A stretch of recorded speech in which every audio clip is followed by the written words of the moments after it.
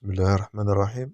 Bonjour chers collègues, on continue notre cours de pneumothorax. Dans cette deuxième partie, on va voir la partie clinique et les examens paracliniques à prescrire devant un pneumothorax. Toujours, vous allez trouver tous les supports dans la description à télécharger. Toujours, je vous invite à abonner, chers amis, pour recevoir ces vidéos durant toute l'année. Maximum de partage et on commence. Premièrement, avant d'aborder la clinique, on va voir quelques formes, bien quelques causes du pneumothorax. Donc, il s'agit premièrement d'un pneumothorax qui est dû à une fistule broncho-pleurale, un pneumothorax dit ouvert, mais ce que vous devez retenir, c'est le pneumothorax suffocant ou bien le pneumothorax à soupape. Regardez bien ce titre-là. Si vous avez dans vos cas cliniques comme question, il s'agit d'un pneumothorax à soupape. Un pneumothorax suffocant, c'est parmi les critères de gravité. On va voir ça dans juste quelques plaques. Donc, parmi les critères de gravité, gardez bien cette forme, le pneumothorax à soupape, ou bien la fistule bronchopulmonaire à soupape, le pneumothorax suffocant. Donc, concernant le premier, le pneumothorax par fistule, donc là, comme leur nom indique, il s'agit d'une fuite de l'air à travers cette fistule, la bronchopulmonaire. Elle va persister jusqu'à la disparition de la différence de pression et à la fermeture de cette fistule. Donc, c'est pas trop grave. Le deuxième, la fistule qui restera ouverte. Donc, dans le premier cas, la fistule, voilà une fistule, elle va être fermée. Donc, on parlera d'une fistule bronchopulmonaire qui va être fermée en cas, bien, dans le cas de égalisation de la différence entre les deux pressions. Cette fistule peut persister. Elle va donner ce qu'on appelle le pneumothorax dit chronique. Donc, c'est un passage permanent à travers de cette fistule, mais dans les deux sens. Donc, à chaque mouvement respiratoire, vous allez voir de l'air qui va balancer entre les deux cavités à travers de cette fistule. Donc là, il s'agit d'un équilibre entre la pression alvéolaire et la pression pleurale. Ce qui est grave, donc, à retenir de conforme, c'est le pneumothorax dit suffocant ou bien une fistule bronchopulmonaire à soupape. Pourquoi? Elle est, notez bien ce terme, elle est unidirectionnelle. Donc si vous avez une fistule qui est unidirectionnelle, il ne laisse pas le passage d'avoir, notez bien ce terme, l'équilibre entre les deux pressions alvéolaires et pleurales. Donc là, le patient, malheureusement, il va développer un pneumothorax suffocant unidirectionnel. Gardez-vous bien en tête. Donc l'air, il va migrer des alvéoles vers de la cavité pleurale. On va noter l'accumulation du liquide, ou bien de l'air, pardon, dans la cavité et la voilà une clarté claire et nette. Donc de grande abondance. Donc c'est de l'air. Donc tout ce qui est clair, clarté là, noirâtre, c'est de l'air. Donc échappement de l'air à partir des alvéoles vers la cavité pleurale. Accumulation de l'air de ce dernier dans la cavité pleurale. Et il va, qu'est-ce que vous notez là? Le comblement du poumon à proximité du île. Et là, on note ce qu'on appelle le pneumothorax dit suffocant, qui est une forme qui est grave et une urgence. Il s'agit d'autres formes du pneumothorax qui sont minimes, donc stables, donc qui nécessitent que de la surveillance. On va voir ça dans le traitement. Donc, après le passage de l'heure, il s'agit d'une fermeture définitive de cette fistule. Donc, et on notera une résorption progressive de l'air intrapleural. Donc, s'il s'agit de moins de 2 cm, on va voir ça dans la prise en charge. Donc, il s'agit d'une forme qui est dite minime ou bien une forme stable. Ce qui est le plus grave, c'est que ce qui est illustré à gauche, gardez-vous bien en tête, je répète, une fistule unidirectionnelle, migration unidirectionnelle de l'air, de la cavité, plutôt des alvéoles vers de la cavité pleurale, ça va donner un comblement du poumon et c'est une urgence, une détresse respiratoire, une insuffisance respiratoire qui peut engendrer le pronostic vital. Donc faites attention, vous devez avoir la réflexion et impliquer la gravité devant un pneumothorax unidirectionnel, une fistule à soupape, donc un pneumothorax suffocant, c'est parmi les critères de gravité. N'oubliez pas ça, j'espère, dans votre prise en charge. Donc, pour les facteurs de risque, on récapitule ce qu'on avait dit précédemment dans la première partie. Donc, surtout le pneumothorax primaire. Donc, il s'agit d'un sujet jeune, tabagique, donc c'est dose dépendant. Donc Donc le tabagisme, notez bien ces deux chiffres, il multiplie le risque du pneumothorax chez la femme par 9 et il multiplie ce risque-là à 22 chez l'homme malheureusement. Donc le premier facteur de risque à incriminer devant un pneumothorax, c'est ce qu'on avait dit dans la première partie, c'est le tabagisme qui est, notez bien, dose dépendant. Un patient qui fumait 20 paquets à l'année, c'est plus grave que ça. Un autre qui a fumé 10 paquets à l'année et ainsi de suite. Le tabagisme qui est dose dépendant. Le morphotype longiline, on avait parlé de ça dans la partie précédente. Si je jeûne longiline avec des antécédents de tabagisme, évoquez-vous un pneumothorax primaire. Autre cause, comme on avait dit, c'est professionnel, une grande variation de la pression atmosphérique. Donc, les pilotes, les métiers en aviation, les personnels en navigation. Donc, tout ça, c'est des facteurs de risque. Et comme on avait dit, il s'agit d'autres facteurs génétiques parfois peuvent être évoqués devant un pneumothorax, surtout spontané et primaire. Maintenant, une note, notez bien. Donc, cette note, vous devez garder ça en tête. Donc, c'est très utile dans vos cas cliniques. C'est la notion d'un effort. Donc, ça, c'est le but de cette partie. C'est la notion de l'effort à glotte qui est fermée. Donc, si on vous pose la question, un patient qui a eu de l'effort et après ça, il a senti un malaise avec une détresse, une décompensation, ce que vous allez évoquer. Donc, là, ce que vous voyez à gauche, ça, c'est la glotte. Tout. J'espère que vous allez garder ça en tête. C'est un clé pour mieux répondre au cas clinique. Un patient qui a un effort physique avec glotte qui est fermée, il va aggraver le pneumothorax. S'il s'agit un petit épanchement aérien dans la cavité pleurale, tout effort à glotte fermée. Donc si on vous pose la question, un patient ou bien sujet âgé qui a eu un effort à glotte fermée, on va voir ça dans la clinique. Donc sifflement, tout ce qui va évoquer un effort avec glotte fermée. Donc c'est un facteur d'aggravation d'un pneumothorax. Mais gardez-vous en tête, il ne va pas provoquer un pneumothorax. Je répète, la cause, c'est la rupture des plebs ou bien d'autres terrains de comorbidité. Donc, si vous avez un sujet taré, par exemple un patient qui souffre d'une néoplasie, d'un cancer pulmonaire, de la tuberculose, il a fait un effort à glotte fermée et il développe une détresse respiratoire. Donc, quel est votre diagnostic? Donc, faites attention, là, c'est très évocateur d'un pneumothorax qui est aggravé par un effort à glotte fermée. Donc, faites attention à ne confondre pas entre les pathologies. Je répète, sujet masculin, angiline, terrain tabagique, notion de rupture de bleps. Là, il s'agit d'un pneumothorax primaire, spontané primaire.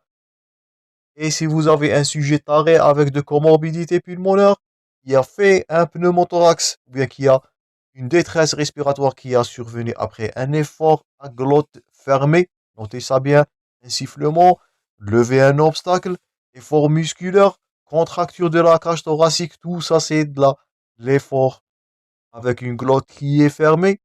Donc après ça, si ce patient-là, il va développer une détresse respiratoire avec une symptomatologie pathognomonique du pneumothorax, vous allez évoquer là un effort sur glotte fermée. Notez bien ça, vous allez évoquer un pneumothorax secondaire. Donc ce sont des deux réflexions. Faites attention de vos cas cliniques évoqués dans le premier cas, un pneumothorax spontané primaire. Dans le deuxième cas, surtout d'un pneumothorax bien d'un effort à glotte fermée. N'oubliez pas ce terme-là, c'est primordial. Donc, évoquer un pneumothorax spontané, secondaire, surtout devant un sujet qui est taré devant de multiples terrains de comorbidité. Donc, ça, c'est le message de cette partie. Surtout, c'est les profils. Premier profil, longiligne, je répète, tabagique et spontané primaire. Le deuxième, un effort sur glotte fermée. Ainsi, sur ce point-là, dans vos cas cliniques, vous allez évoquer un pneumothorax en premier plan comme réponse. Maintenant, pour le diagnostic. Le diagnostic, c'est facile. Donc, qu'est-ce que vous avez comme signe fonctionnel? Vous avez une douleur thoracique. C'est une douleur brutale. Je vous invite à consulter le sémiologie des douleurs thoraciques. On avait abordé toutes ces pathologies, toutes ces affections cardio-respiratoires. Donc la douleur, elle est brutale, elle est homolatérale. C'est une douleur latérothoracique ou postérieure. Donc, je répète, le parenchyme pulmonaire, il n'est pas innervé. Toute douleur, donc ça nous fait rappel au syndrome pleural. Toute douleur, elle est d'origine du pleutre. Donc, tout ce qui est douloureux dans la cage thoracique, donc c'est pas du parenchyme, c'est pas les alvéoles, c'est pas de l'interstitium, c'est le pleutre qui est très innervé. C'est la source de cette douleur. Un parenchyme pulmonaire, il n'est pas innervé, il ne peut pas provoquer de la douleur. Faites attention à cette notion. Par contre, ce qu'on avait dit, comment allez-vous différencier entre l'origine de cette douleur? Est-ce qu'il s'agit d'une douleur cardiaque ou respiratoire? C'est Ce dernier, c'est une douleur qui est rythmée par la respiration. Donc tout ça, on avait parlé dans la sémiologie l'année passée. Donc, une douleur qui cède en apnée, donc c'est d'origine pleurale. Une douleur thoracique qui ne cède pas en apnée, elle est d'origine cardiaque. Donc c'est une astuce, ou bien c'est un clé sémiologique. Donc cette douleur, elle va être rythmée par la respiration, elle va augmenter à la toux, elle va survient presque toujours au repos. Donc c'est pas une angor. Faites attention, on va voir les angors en cardiologie. Donc, il ne s'agit pas de la notion d'effort. Donc, c'est pour cela que j'insiste sur les mots-clés pour mieux distinguer entre les deux pathologies. Donc vous allez voir qu'il s'agit d'une ressemblance dans la clinique. Les pathologies cardiaques, pleurales, pulmonaires peuvent se manifester par une simple douleur thoracique. C'est ces notions-là, notions de base, notion d'un effort à glotte fermée, la rythmicité par la respiration, la survenue au repos ou en effort, tout ça va vous orienter vers une pathologie soit cardiaque, soit pulmonaire. Donc ça, c'est votre démarche diagnostique pour poser votre diagnostic. Cette douleur, elle va s'estompe souvent rapidement. Il s'agit d'une dyspnée d'intensité variable, elle est inconstante, et il s'agit parfois d'une toux sèche qui est irritative. Mais le diagnostic, je répète, il est basé sur la radiographie où vous allez voir une écoutez bien ce terme-là, hyperclarté qui est avasculaire, qui va témoigner de la présence de l'air. C'est ce qu'on avait dit précédemment, c'est la présence de l'air dans la cavité thoracique. Surtout, je répète, un pneumothorax suffocant, il va être très facile à diagnostiquer dans une simple radiographie thoracique. Vous allez voir hyperclarté avasculaire et vous allez évoquer votre pneumothorax. Toujours dans la clinique, comme signe physique, l'hémothorax peut être normal s'il s'agit d'un pneumothorax de petite abondance, ou il peut être distendu ou moins mobile. Donc si vous avez le cas d'un pneumothorax qui est illustré à gauche, de grande abondance, vous allez avoir une distension unilatérale du côté qui est lésé. Et vous allez percevoir la triade ou bien le trépied de Guillard. Je répète, tout ça, c'est de la sémiologie. Donc, c'est la triade, diminution de la murmure ou bien du murmure vésiculaire, abolition des vibrations vocales avec un tympanisme à la percussion. Ça, elle est appelée le trépied de Guillard. Gardez ça en tête, il est souvent posé comme question d'examen. Donc, signe fonctionnel, douleur thoracique, signe physique, surtout le trépied de Guillard à retenir par cœur. Donc, diminution des murmures vésiculaires à auscultation, l'abolition des vibrations vocales à la palpation et le tympanisme à la percussion. Donc, triade ou bien trépied de Guillard. D'autres signes qui vont témoigner de la gravité, c'est la dyspnée. On va voir ça dans la troisième partie. La polypnée. Donc, c'est ce qu'on a vu presque dans les critères de gravité de la PPCO. La cyanose, les malaises, l'hypotension, tachycardie supérieure à 120 battements par minute, bradycardie et le pneumothorax bilatéral. Donc, on va voir ces signes de gravité avec détail dans la prochaine partie. Maintenant, pour poser le diagnostic, je répète. Donc, c'est le téléthorax qui va être fait en inspiration profonde. jamais en expiration, faites attention, et vous allez noter là le diagnostic de certitude en objectivant, gardez bien cette phrase-là, une hyper clarté qui est avasculaire. Gardez-vous bien cette phrase par cœur. Donc, c'est ce que vous allez évoquer comme diagnostic radiologique. Donc, vous avez une anomalie unilatérale qui se manifeste ou bien qui est représentée par une hyperclarté avasculaire. Là, il s'agit d'une fort probablement d'un pneumothorax devant un sujet longiligne ou bien d'un effort à glotte fermée chez un patient qui est taré. L'échographie thoracique, donc, au lieu du malade, elle fait aussi le diagnostic. Donc, le TDM thoracique, il est indiqué qu'en cas d'incertitude diagnostique, est-ce qu'il s'agit d'un pneumothorax ou une bulle d'emphysème? Et on va voir l'emphysème prochainement. Donc, le premier diagnostic différentiel avec le pneumothorax, c'est la bulle d'emphysème. Là, c'est quelques clichés. Donc là, c'est l'aspect plèvre. Donc là, qu'est-ce qu'on note? On note l'hyperclarté qui est avasculaire. Donc, la limite qui est interne. On note aussi les signes de distension et de refoulement. Tout ça, on va voir dans la partie interprétation. On note les lésions pleuro-pulmonaires sous-jacentes. Et on note un emphysème sous-cutané et même parfois un pneumothorax peu compliqué par du pneumomédiastin. Gardez ça en tête. Donc, parmi les complications d'un pneumothorax et du pneumomédiastin, vous allez noter les lésions associées comme emphysème. Et c'est l'hyperclarté, le mot-clé toujours, l'hyperclarté avasculaire à limite interne qui va poser le diagnostic d'un pneumothorax. Donc voilà, là c'est de l'hyperclarté avasculaire. Donc là c'est la liserée qui témoignait du feuillet viscéral. Donc là c'est un pneumothorax qui est unilatéral et de moyenne abondance. Ce que vous voyez là dans le cliché droite. Donc là c'est un comblement total du poumon. Qu'est-ce que vous voyez là? Faites-vous la différence entre les deux émichons. Donc, l'émichon droit, ce que vous voyez là. Donc, ça, c'est les alvéoles, la trame vasculaire. On va voir ça, je répète, dans l'interprétation.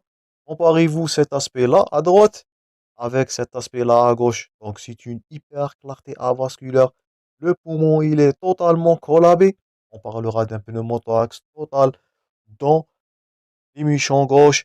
Et c'est parmi les critères de gravité. Là, il s'agit d'un pneumothorax de grande abondance. Et ça va donner une détresse respiratoire. Si ce dernier va bilatéraliser, ça serait une catastrophe. Ça serait une urgence vitale imminente. Donc là, pneumothorax, moyenne abondance. Donc ça, c'est la liserée. Gardez-vous bien cette notion en tête. Et là, vous voyez un pneumothorax avec un poumon qui est collabé, refoulé totalement vers le île. Donc c'est parmi les critères de gravité, une notion d'un pneumothorax qui est de grande abondance.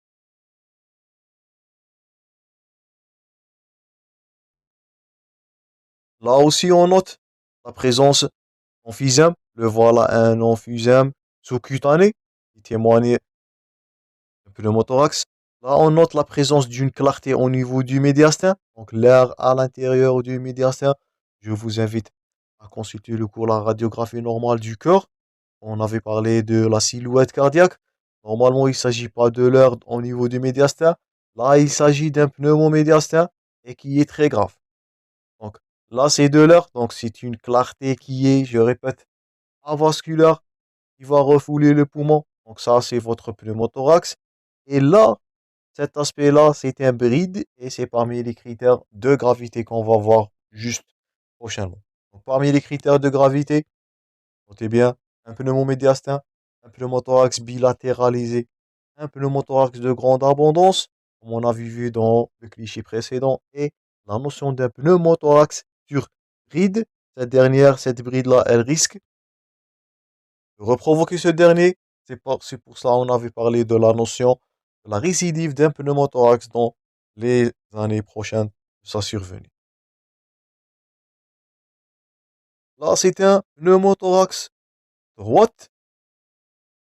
Donc, vous voyez là une clarté totale avasculaire. Et malheureusement, cette dernière elle a survenu sur une tuberculose pulmonaire évolutive. Là, vous voyez les lésions là. Donc ça, c'est très évocateur de la tuberculose. On va voir ça dans le cours de tuberculose. Les lésions évocateurs de tuberculose. Une aggravation chez un sujet taré, ça c'est le cas qu'on avait déjà parlé. Si vous avez ce patient-là qui a fait un effort sur glotte fermée, un patient avec comorbidité, avec un poumon taré, donc là ça va aggraver le pneumothorax et vous voyez là un pneumothorax de grande abondance, distension de la cage thoracique, augmentation des espaces intercostaux. Donc, tout ça, c'est des interprétations qu'on va aborder. Ça, c'est un pneumothorax total sur un poumon tuberculeux, donc sur tuberculose pulmonaire évolutive. Ah, un autre cliché. Donc, là, il s'agit d'un hydropneumothorax à gauche. Donc, dans le syndrome pleural, donc, un pneumothorax aussi peut se compliquer ou bien peut évoluer vers un hydropneumothorax gauche. Donc, on avait parlé des pleurésies précédemment. On avait dit que dans la fonction des épanchements, on peut introduire de façon non volontaire, donc de l'air à l'intérieur de la cavité pleurale et on va donner la notion de hydropneumothorax. Et ce dernier, le pneumothorax, il va avoir aussi comme autre explication une réaction à cette pneumothorax par du liquide, donc une pleurésie. Donc on note là comme cliché, donc la- un pneumothorax, ce que vous voyez là, c'est une trame qui est avasculaire. Comparez-vous cet aspect-là avec ce dernier. Donc là, on note la trame vasculaire pulmonaire. Donc ça, c'est du parenchyme. Par contre, le côté opposé, donc c'est une clarté. Donc notez-vous bien, il ne s'agit pas de la trame vasculaire. Donc une clarté, c'est de l'air à l'intérieur de la cavité pleurale. Est-ce qu'il est pathologique? Oui, c'est pathologique. Normalement, ça c'est l'aspect physiologique d'un poumon. Donc la trame vasculaire, on perçoit les petits vaisseaux là à l'intérieur du poumon. Donc ça c'est l'opacité vasculaire ou bien la clarté vasculaire. Ça, c'est la clarté avasculaire, ce qu'on avait parlé. Ça, ce que vous voyez là, c'est un épanchement réactionnel liquidien. Et votre diagnostic là, c'est du pneumothorax gauche. Donc, ça, on va aborder avec détail dans l'interprétation des clichés. Donc, j'espère maintenant que vous allez évoquer les lésions, que vous pouvez maintenant évoquer le diagnostic d'un pneumothorax devant un cliché. C'est très facile. Le mot-clé là, c'est la trame avasculaire, ou bien l'hyperclarté qui est avasculaire. Surtout la notion du effort à glotte fermée chez un patient qui est taré. On a vu l'exemple de patient tuberculeux. Et aussi la notion de patient longiligne. Et généralement, ce dernier, il est mieux toléré que un pneumothorax qui va survenir chez un poumon qui est taré. Donc ça, c'est tout pour la partie clinique du pneumothorax, chers amis. J'espère que cette partie a été utile. J'espère que vous allez noter tous les points forts qu'on a insisté dans vos cas cliniques afin de mieux poser un diagnostic d'un pneumothorax avec certitude. Ne trompez pas entre les pathologies, multiples pathologies cardiaques, pleurales, parenchymateuses. Donc c'est en maîtrisant de la clinique, de la physiopathologie que vous allez voir ou bien que vous allez poser le diagnostic de façon qui est adéquate. On va terminer ce cours prochainement. Chers amis, dans la dernière partie, on va voir les signes de gravité, la prise en charge d'un pneumothorax et la prévention de ce dernier. Merci pour votre attention, chers amis. Toujours du bon courage dans vos préparations. Merci et à la prochaine.